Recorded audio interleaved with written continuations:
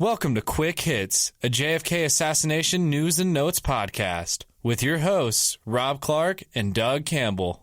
Thank you, Mr. Grant. This is Doug Campbell, host of the Assassination Research and Study podcast, The Dallas Action, presented by Wall Street Window. And this is your boy, Rob Clark, host of the Lone Gunman podcast. Welcome, everyone, to the show. Let's get rolling, Doug. All right. What you got, Rob? Well, I want to start with hot topics. Sirhan, sir. In case you've been living in a box for the past few days, then you would know that our old friend, suspected RFK assassin, Sirhan, was stabbed in prison. Hospitalized last Friday after being stabbed by a former inmate in San Diego. Not too long, Rob, from what I understand, after he requested to be placed in the general prison population. Yeah, I mean, quite frankly, I'm surprised it took 50 years for somebody to go after him. But, hey, if I'm going to make you famous, you know what I mean? Yeah. I've got a story here, as a matter of fact, from Sacramento, California. This is apparently the Associated Press. Says a statement from the State Department of Corrections and Rehabilitation said the stabbing occurred Friday afternoon at the Richard J. Donovan Correctional Facility near San Diego. First of all, there are some people out there already, making the correlation between Kamala Harris's presidential hopes and someone trying to take out Sirhan. I don't know if I put much stock in that myself. No, this is one of those coinky-dinks, if you will. I guess. I know what's interesting, Rob, is that it happened about a week ago. And this story says corrections officials reported that the alleged attacker has been identified and has been segregated from the rest of the prison population pending an investigation. I did some more looking online today and can't find the identity of his assailant disclosed anywhere so far. Well, TMZ has reported that they've ruled out such fellow inmates as assailants as Suge Knight, the Menendez brothers, Jesse James Hollywood, and Tex Watson of the Manson family fame. All of these people. None of those guys. But all of these people are in the general prison population with Sirhan.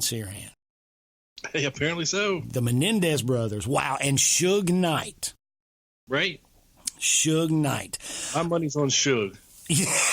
Your money's on Suge. Well, it's pretty interesting. And there is apparently, now granted, I will, full disclosure here, I do not follow occurrences and news and things as far as the RFK assassination as I do the JFK assassination. So, but apparently there's a renewed effort to grant Sirhan parole. Is this correct?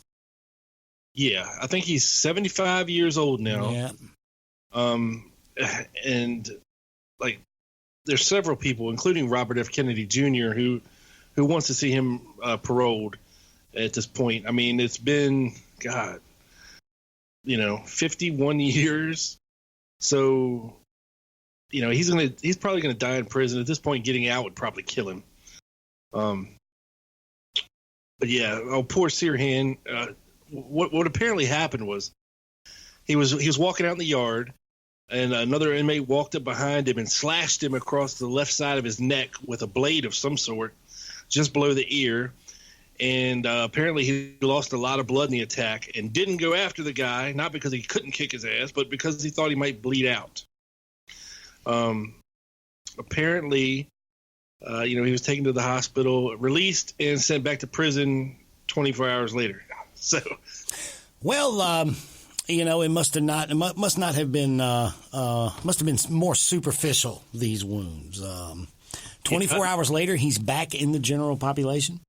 Yes. Yep. So he's back, and apparently everything is back as normal. They've segregated whoever the mysterious attacker was.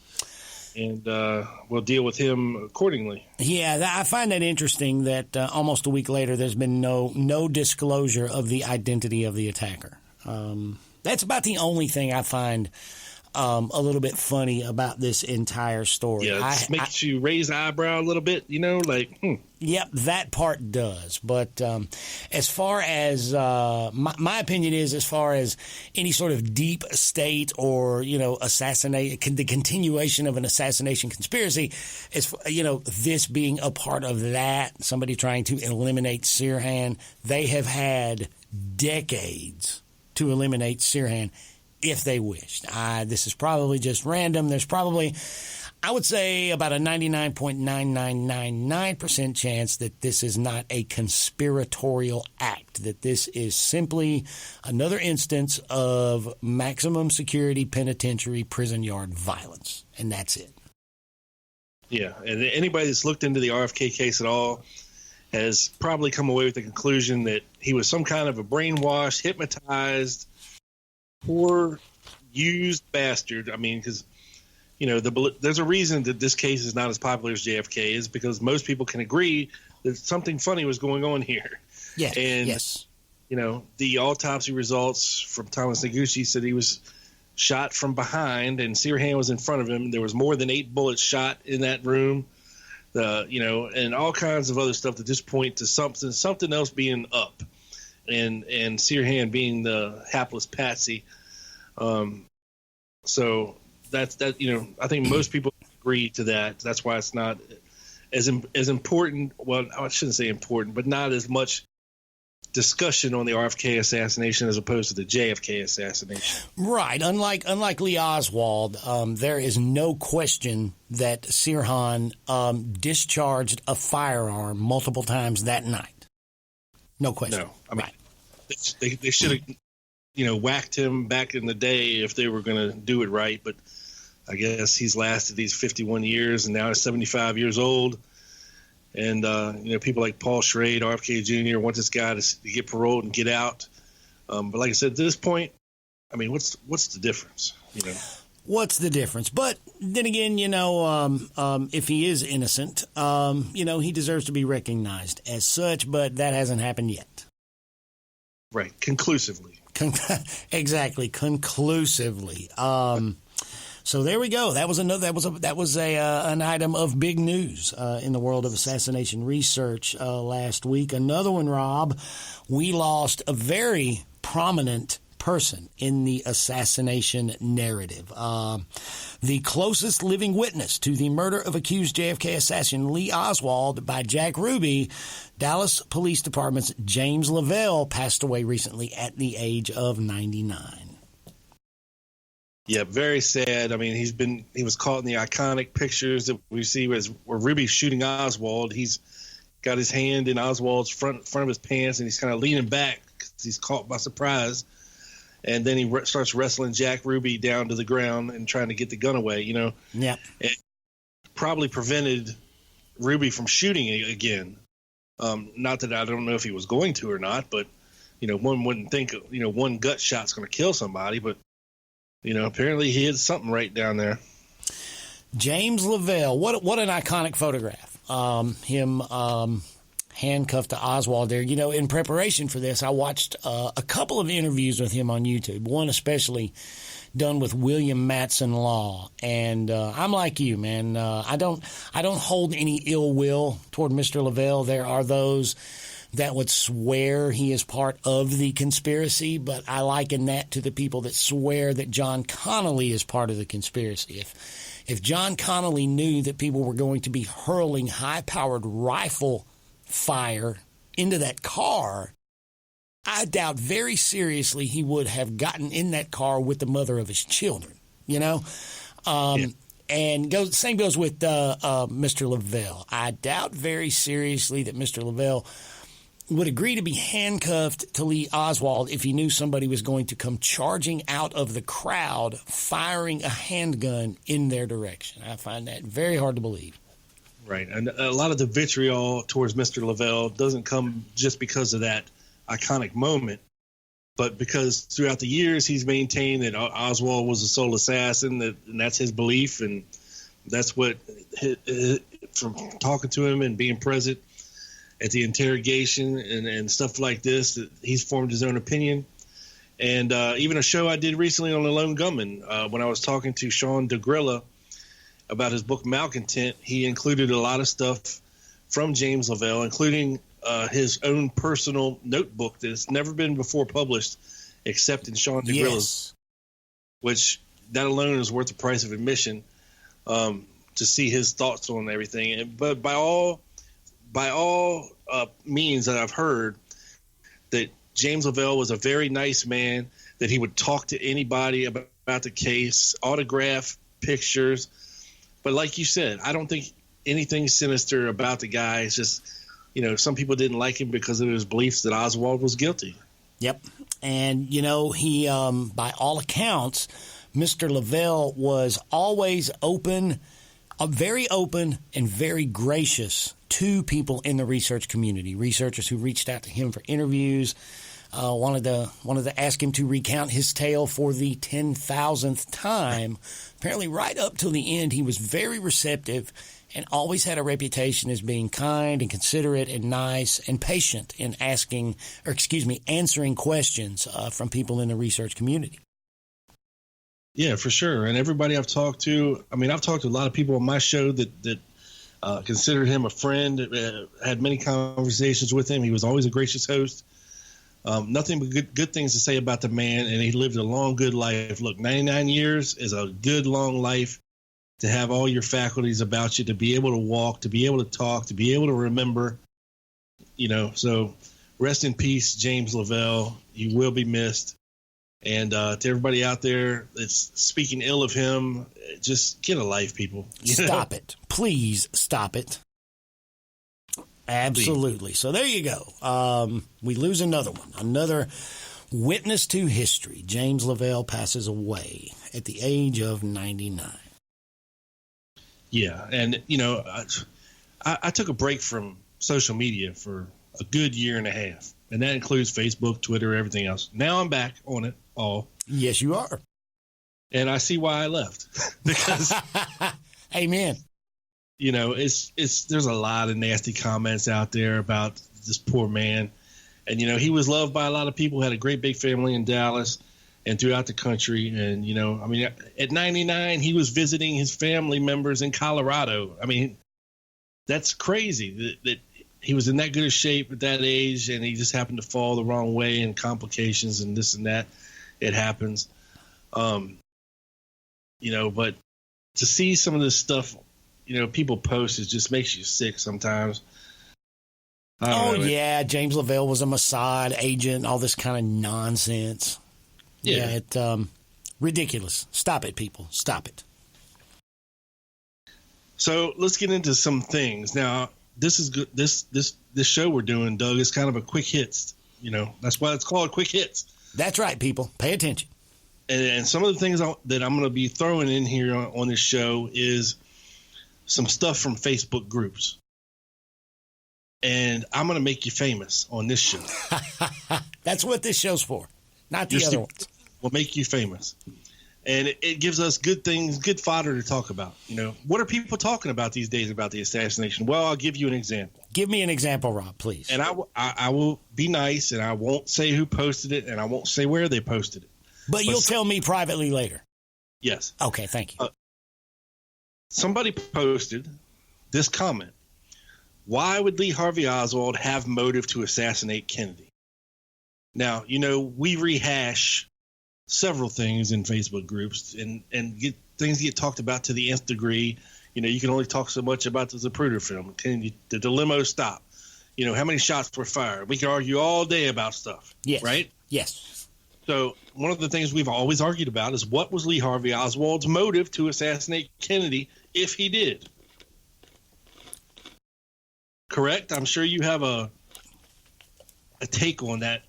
What could possibly have been his motive? Well, if he did it, why did he do it? I can't go that far in my thinking because I don't think he did. I can't even think of an imaginary motive that I might apply to Lee Oswald. Not off the top of my head, no, sir. Yeah, well, I mean, it's a very bandied about notion. You know, what could have been Oswald's motivation? Yes. So, you know, you post something like that in a group, you're going to get answers. Okay. So I'm going to read some of these answers that people have said. Oh boy. Here we go. Yes. From one guy, we have, according to a couple of B movies I have watched, it was jealousy, apparently. Marina was a Kennedy fan, and that enraged her husband. Dismissed. Others say Oswald was a fervent communist, and he was enraged with JFK because of his anti-Castro policies. Dismissed. Another, Oswald didn't shoot anybody. He was a carefully selected patsy and was murdered to prevent him from disclosing to the world that he knew what he knew and who his employers were. He was most likely to have been a double agent. He was alleged to have met high-ranking KGB officials in Mexico City in the weeks prior to Dallas, but you have to ask yourself, would a half-decent agent allow himself to be observed at such meetings, or was this all part of the plan to blame it on Cuba and the Soviets? Thank you, Captain Obvious. Yes. Another guy says, he was crazy. He was a communist, and he was a Castro sympathizer. Dismissed. Another guy, much like you said, he wouldn't and he didn't. That's all he said. Boom. That guy, whoever that guy is, you get a gold star guy. Yep. Yes. Another deep cover, shallow grave. Lee was used until they used Lee up. The perfect patsy. Lee knew I don't think Lee Oswald, again, fired any shots that day. But he knew damn well who did.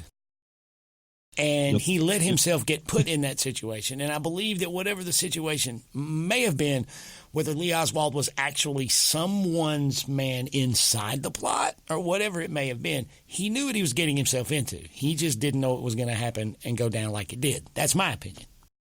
Right. Yeah. Next comment says, where is Tosh Plumley? At home making things up. Yes. Next. America is a violent country. The terror murders over the last decade brings that into crystal clear focus. For decades preceding the early 60s, murder was rampant as Americans were randomly brutalized, terrorized, and strung from trees by virtue of a thirst for violence for no real reason except for racial prejudice and hatred passed from one generation to the next. And that was all without one comma? Yes. Dismissed. Brutal. Another, which Lee Harvey Oswald are you talking about? This brings up the specter of John Armstrong's Harvey and Lee. A very, very fine book, a very interesting book, full of real anomalies in the official record, in the chronology of the life of Oswald, strangeness and weirdness that is, again, real, that we must address and we must figure out. Yes. They must be addressed, but I don't know. I do not subscribe to the Harvey and Lee theory, as some do. Although, again, the research is priceless that Mr. Armstrong did. I'm just not 100% down with his, final analysis, as it were. Right. Another said, well, Marina said he liked Kennedy. Motive has always been the biggest hole in the Warren Commission fairy tale. Boom. You know, that statement, little truth, there's some truth there, but man, there are so many gaping holes in the Warren Commission report and 26 volumes. It would be hard for me to gauge which one is the biggest and most gaping. Yes. Yes. Next comment. Castro announced that the American government may face attacks because we had tried to assassinate him. Lee Oswald listened to that message and took it to heart. Dismissed. Yes. Lee Harvey Oswald had his part in the assassination, but he only found out what that part was after JFK was shot. LHO shot no one that day and was, as he claimed, a patsy. Very possible. Very possible. I've often rolled that scenario around in my head like, what do you mean they shot him? Oh, no. You know, like, Oswald, that was Oswald. The president was shot right outside. Oh, shit. Wow, they did it. You know, that kind of thing. Yep. Oswald had no known motive, and nitrate test on his cheek proved he didn't fire a rifle that day. He would have been acquitted. I do believe he would have been acquitted. Yes, sir, I do.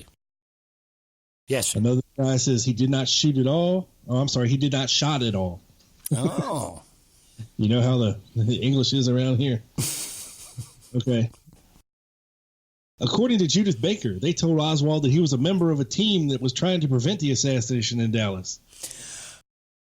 Unbelievably dismissed. It always seems to come around to that, doesn't it? It always seems to come around to what I call on the Dallas action whimsical fancy. Flights of conspiratorial fancy, and that is definitely a weaver of fanciful things. She is, absolutely. And another one says, they theorize in the book called Murder in Dealey Plaza by Jim Fetzer that the bullet that hit JFK in the throat came from a manhole and not the 6th floor of the Texas School Book Depository. You said Fetzer, I got nothing. I'm sorry. I'm sorry. I knew that would throw you for a loop. It was an enjoyable loop, I have to admit. Oh, listen to this one. Ooh. Doug is very thorough in his podcast where he describes how the Z was altered. I'm just not buying it. Okay. The Z was altered? Yes. Have I ever discussed the Z being altered? Yes, we have, Rob. You and I were witness to a little bit of preview of that 6K scan work that was being done on the Zapruder film about almost exactly 5 years ago this month at the JFK Historical Group Conference in Washington, D.C. If you remember that. We ended up in a hotel suite with Doug Horn and Greg Burnham at about 2 in the morning getting a preview of these 6K scans of the Z film. And what they call the Black Sharpie attack, from what I saw there, looks very possible. Yes, very possible. We have not seen the whole movie yet, and it still ain't out yet. I know. Years later, what the hell is going on? Weren't we told? Half the people they interviewed are going to be in the ground by the time this movie comes out. I don't remember exactly what we were told, but I remember being under the distinct impression that by the time conference season rolled around the next year, which would have been 2015, that Correct. It would be out. As I do remember Doug Horn speaking about it shortly after that on Black Op Radio, and I was, again, under the impression, it's going to come out. But, again, I haven't seen it. Yeah, maybe there's a reason it hasn't come out. Who knows? Maybe. Another guy said, today we call Lee Oswald bipolar and a schizoid. Very possible. Very possible. The guy can be innocent of the Kennedy assassination and still have mental issues. Yeah. When JFK got killed, Lyndon Johnson started telling Earl Warren and others that the Soviets were responsible for JFK's assassination and not Lee Oswald.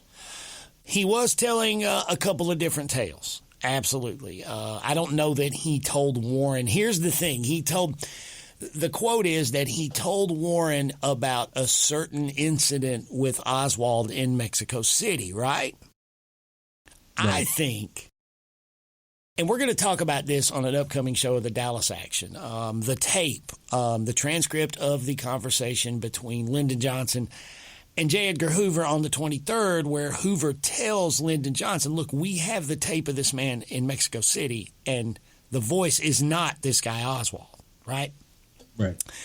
Later on, we had that memo from J. Edgar Hoover where he states at the bottom in a handwritten paragraph that he will never forgive, I'm paraphrasing now, he will never forgive the CIA for their double dealings, like the false story of Oswald in Mexico City. Yeah. And I'm going to make the point on this upcoming episode, or I'm going to make several points about that, but this may be has anybody ever considered that this may be what he told Warren, that he went to Earl Warren and he said, Earl, you know all this stuff about him being in Mexico City? Yes, Mr. President. It's BS. It wasn't him. Something bad is going down. We got to bury it with this kid. Yep. Could have been that. You know, it doesn't necessarily have to be, hey, he went to Mexico City and visited with the Soviets, Chief Justice, you need to do the right thing for the country. It may have been, we got to bury this because that wasn't him down there. Some shit's going down. Last comment. Okay. Because they had a Oswald double, they needed a fall guy, and who had already been sheep dipped as a communist. Otherwise, no motive. Again, that's a Captain Obvious quote. Yeah. I mean, there's lots, and we've seen this debated 1,000 times in groups and on forums and this and that. What was his motive? And I've always questioned it the same way. I look at it like this. What motive? I mean, how bad does it have to be for a married guy with 2 kids and one that had just been born weeks before this? How bad does it have to be to throw your life away to kill the president of the United States, knowing you're probably going to get caught? What is your motivation to do that? And I can't come up with a good answer. I can't come up with a good answer either, sir. I cannot come up with that. That's what I was saying at the top of the segment. You know, faced with that question, you know, gun to your head, no pun intended, gun to your head, what was his motivation? There is none. There's simply none. None at people all. say, well, he had a bad relationship with Marina. He didn't see any way out. Well, this happens 1,000 times a day all over the world. People have problems in their relationships. Yep. People separate. People get divorced. I mean, the divorce rate's over 50%. I mean, just because you have a bad life at home does not make you want to go out and kill the president of the United States and become somebody famous. I still say that had he a true motive, if you throw away all the BS ballistics evidence, if you throw away everything, if he had a motive, had he actually done this, he would have taken the pistol with him. He would not have left that .38 at home because he's defenseless. Shoots the president, drops the rifle until he finds he doesn't have a car, until he finds transportation to that house. In the middle of the day, in the middle of the chaos, he's defenseless. He would have taken that pistol with him. Yeah, or he would have taken the rifle out of there with him, too, tucked it up under his armpit like he did bringing it in the building. And if anybody tried to stop him, he'd blast him out of the way. Allegedly. If, you know. But that's what I got for quick hits. That's the hits. Facebook quick hits question of the day. Rob will make you famous. Now, Rob, for topic 4 for my quick hit, I want to go back to your most recent episode of the Lone Gunman Podcast, number 153, sir. You discussed the Reverend Raymond Broshear, another one of these ne'er-do-well fake preachers who was tied in with people like Thomas Beckham and David Ferry. You discussed him with your guest, Adam Gorightly. Now, during your discussion, you guys got into the weird and crazy and shady and murky connections of a man that I know has fascinated you for a long time in particular, Fred Lee Chrisman. Yes. You got into that a little bit. Now, I have about a 3-minute, not a very long soundbite, but a 3-minute soundbite of you and your guest discussing Fred Lee Chrisman on your latest episode. Let's take a listen. You know, Brochure's got his credentials through the Universal Life Church, which a bunch of people got credentials back in the 60s. They started that group in California, and they'd give credentials to anybody, basically. So that's where a lot of these guys initially, got their ministers' credentials and, started their own some of them started their own religions. Like Brochure's, he started a couple different churches there in San Francisco. He was involved with a lot of kind of fringy stuff. He was involved in UFO research and put on UFO conferences. And that's kind of where it looks like he connected up with Beckham and Chrisman through either interacting with them about UFOs, or he became aware that they were involved with the Universal Life Church. And, Garrison caught wind of this, some of his investigators, and what's going on here with all these kind of fake priests that are running around with dubious credentials, like such as Beckman, Chrisman was involved in the Universal Life Church, and other people. Same with Ferry and Jack Martin. They all had these dubious credentials and started like phony, a lot of times these phony organizations, particularly Chrisman and Beckham started a bunch together in 66 or 67, started a bunch of phony businesses where they are, for instance, selling criminology degrees for like $500. None of them were law enforcement people. Well, didn't they also try to put on like a UFO conference? Yeah. But Beckman and Chrisman put on a couple of UFO conferences. So they were working a bunch of different scams and angles, to self-promote themselves and, just hook up with other like-minded people or gullible people they could get money from, Yeah, that sounds more likely. And this whole odd sex or weird religions, there's a whole file that I came across, in the National Archives.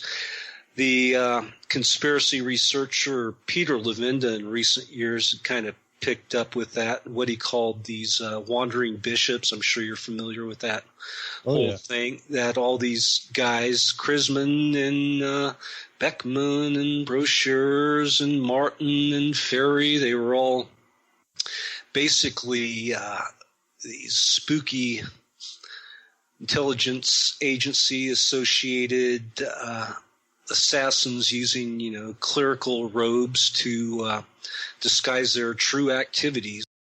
Okay. This reminded me, Rob, when I heard this, of a document from the new JFK file releases that researcher David Boylan, over on the Dallas action, David, he's our East Coast bureau chief. Yep. He passed a very fascinating document along to me that I knew would pique your interest, given your interest in Chrisman and some of the other names that appear in it, okay? Yeah. Now, the Chrisman, correct me if I'm wrong, I know you've dug into Fred Lee Chrisman and his story a lot more than me, but the Chrisman resource material we tend to be FBI documents, correct? Yes, and a few alleged CIA documents. Alleged. And from the Garrison archives also. And he turns up in all the grand jury testimony. Well, how about this, Rob? Something that we have speculated on, and a lot of people have speculated on over the years, is just what exactly was Fred Chrisman? Was he a CIA agent? Was he a DIA agent? Was he military intelligence? Was he some sort of double agent? Was he an FBI operative? Do we know, really? We can only go by what we've been told and what we know, what we can prove over the years. And what we can prove over the years is that he was a school teacher for some time, a radio host for some time. He allegedly worked for Boeing. He was in the military, and he claimed to have seen flying saucers at Maury Island in the late 40s. That's what we can prove. Well, Rob, how about from the newly released JFK files, a document involving two entities, several individuals, but two entities. A, Interpen, the Intercontinental Penetration Force, run by Jerry Hemming, the private mercenaries that are so entangled in the assassination narrative, Interpen and Fred Lee Chrisman. The source of this document, Rob, believe it or not, the United States Department of Defense. Yeah. It is dated September 16th, 1970, Miami. And the subject, it says dossier number AC690191 regarding Hargraves, Cuba. Roy Hargraves, of all people. Right. They're interviewing Roy Hargraves about his knowledge of Manuel Aguilar, the Cuban exile. And there's just some fascinating little tidbits in here, that you could take off and go down the rabbit hole with. But I just want to read you a little bit of this. It says Roy Hargraves met Aguilar in 1961 through who? Felipe Vidal Santiago. Aguilar had worked for Raul Castro's right-hand man, a 7-foot Negro named Hector Aldalman. And it goes on to other people that were involved in this little nexus. It says Aguilar approached Hargraves in June of 1970. We're talking about 7 years after the assassination, regarding a plan against Cuba, including a plot to exfiltrate top government of Cuba officials, a patrol boat, jet aircraft, and other things out of Cuba. Claimed to have cells of supporters in Cuba, and the U.S. believed to be members of Alpha 66, which is the Cuban exile organization. What's that guy's name? The liar? Veciana? Yeah, Veciana. We got some other names here. Others involved. Carl Hickey, Sergeant Gilbert, a police officer from Opelika, Florida. Other names in here. Ivan Vidal Santiago, which was Felipe's brother. Lauren Hall, William Seymour, and Lawrence Howard. Right? Ooh. Yeah. Then you flip the page, and it says this, DOD notes, Fred Lee Chrisman. Same document, Rob. Same document, same author. Same author. And listen to what this says. Request for military award, September 11th, 1977.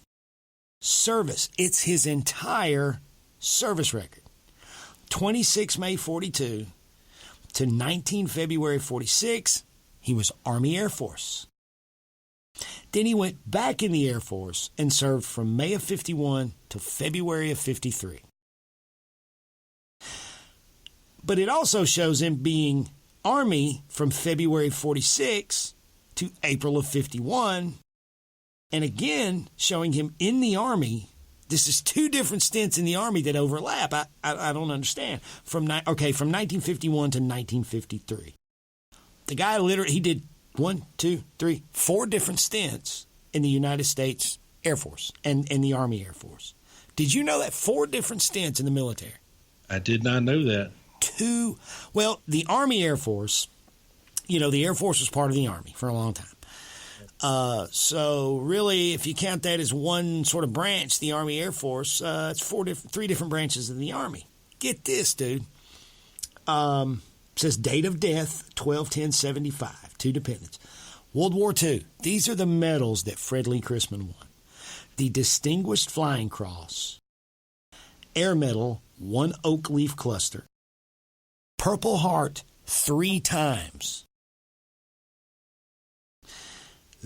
Something called the British DFC, the British Empire Medal, and the Star of Burma. That's the British Distinguished Flying Cross. The British Distinguished Flying Cross, okay, the Empire Medal, the Star of Burma, the American Theater Service Medal, Asiatic Pacific Service Medal, the World War II Victory Medal.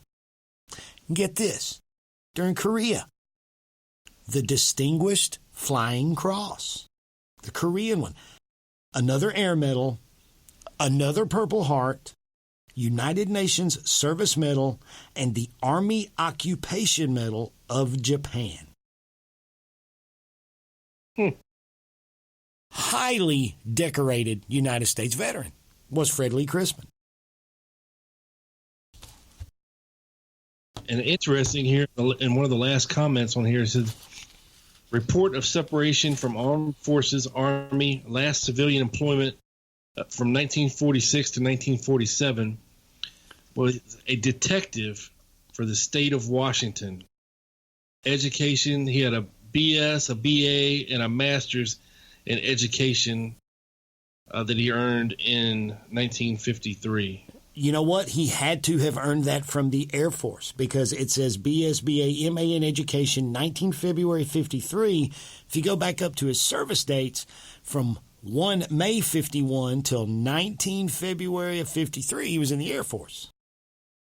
Right. And in 1947, that's when we had the Maury Island incident up there. At which point he was still enlisted in the Army. Or he was also, it says 1946 to 47, a detective for the state of Washington in Olympia. Do you think that these last two stints may have been reservist stints, possibly? It's quite possible. Quite possible. So there you go, an interesting document from these medals in World War II and Korea. They might not be reserve medals, you know. Might not be, but it is interesting, you know. If you're active duty, I think we can tell from the overlap in Army intelligence personnel in Texas and the Dallas Police Department. You know, it could have been that kind of situation too. He's working as a detective for the state of Washington while he's in.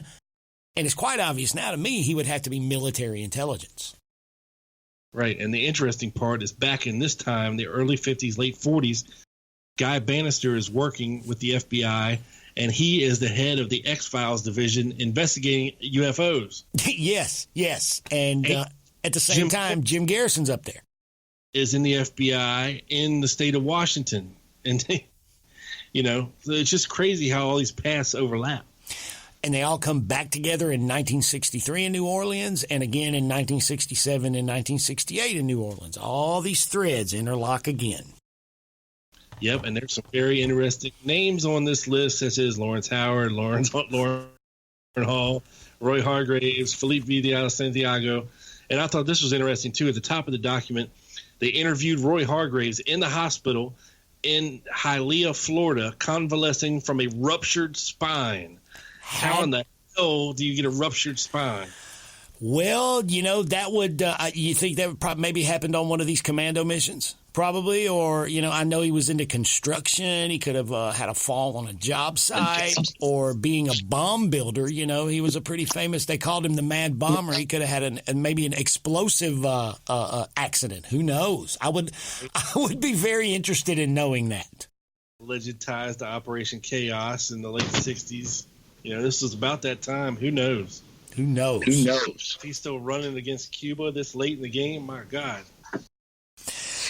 He was still running against Cuba for a long time after that. Roy Hargraves was, and I still think that guy was in Dealey Plaza on that day. I don't know about you. It's quite possible. Quite possible. Well, Rob, that's all I had for my quick hit segment, buddy. Awesome. Are we wrapping it up, or got time for one more? Well, we can do one more, or we can wrap it. Why don't we save that one for the next episode, man? What do you think? Yeah, this is quick hits. Let's make it quick. Let's make it quick. First show, first episode in the can, baby. In the can. You can catch me, Doug Campbell, on the Dallas Action presented by Wall Street Window for in-depth study and analysis, guys, of people, places, things, events, and ideas directly and tangentially connected to the conspiracy that assassinated President John F. Kennedy. New episodes, guys, twice per month, uploading on the Drop D Podcast Productions channel at Spreaker.com. Just enter Spreaker.com. That's SPREAKER.com/The Dallas Action into the search engine of your choice to find the show, listen, and study along with us. And guys, you can catch my show, The Lone Gunman Podcast, with Rob Clark. That's me. Just about everywhere you can listen to a podcast. You can find it on iTunes, Stitcher, Spreaker. Just Google it. You'll find it. follow me on Twitter at the Lone Gunman 7.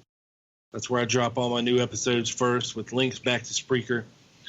And for Doug Campbell, producer Grant, I'm Rob Clark saying thanks for joining us on our inaugural edition of Quick Hits. Until next time, guys, peace. Hey, guys, thanks for sticking around to the end of the show. We'd like to hear from you. Hit us up at quickhitsjfk@gmail.com. That's quickhitsjfk@gmail.com. Send us a question, a comment. We will read it on the air. We will answer it. We will address it. Please do it. We want you guys to be a part of the show. So good or bad, boring or indifferent or exciting, send us your messages. Let us know how we're doing. Give us a topic you want to discuss on the show. Whatever it may be, quickhitsjfk@gmail.com.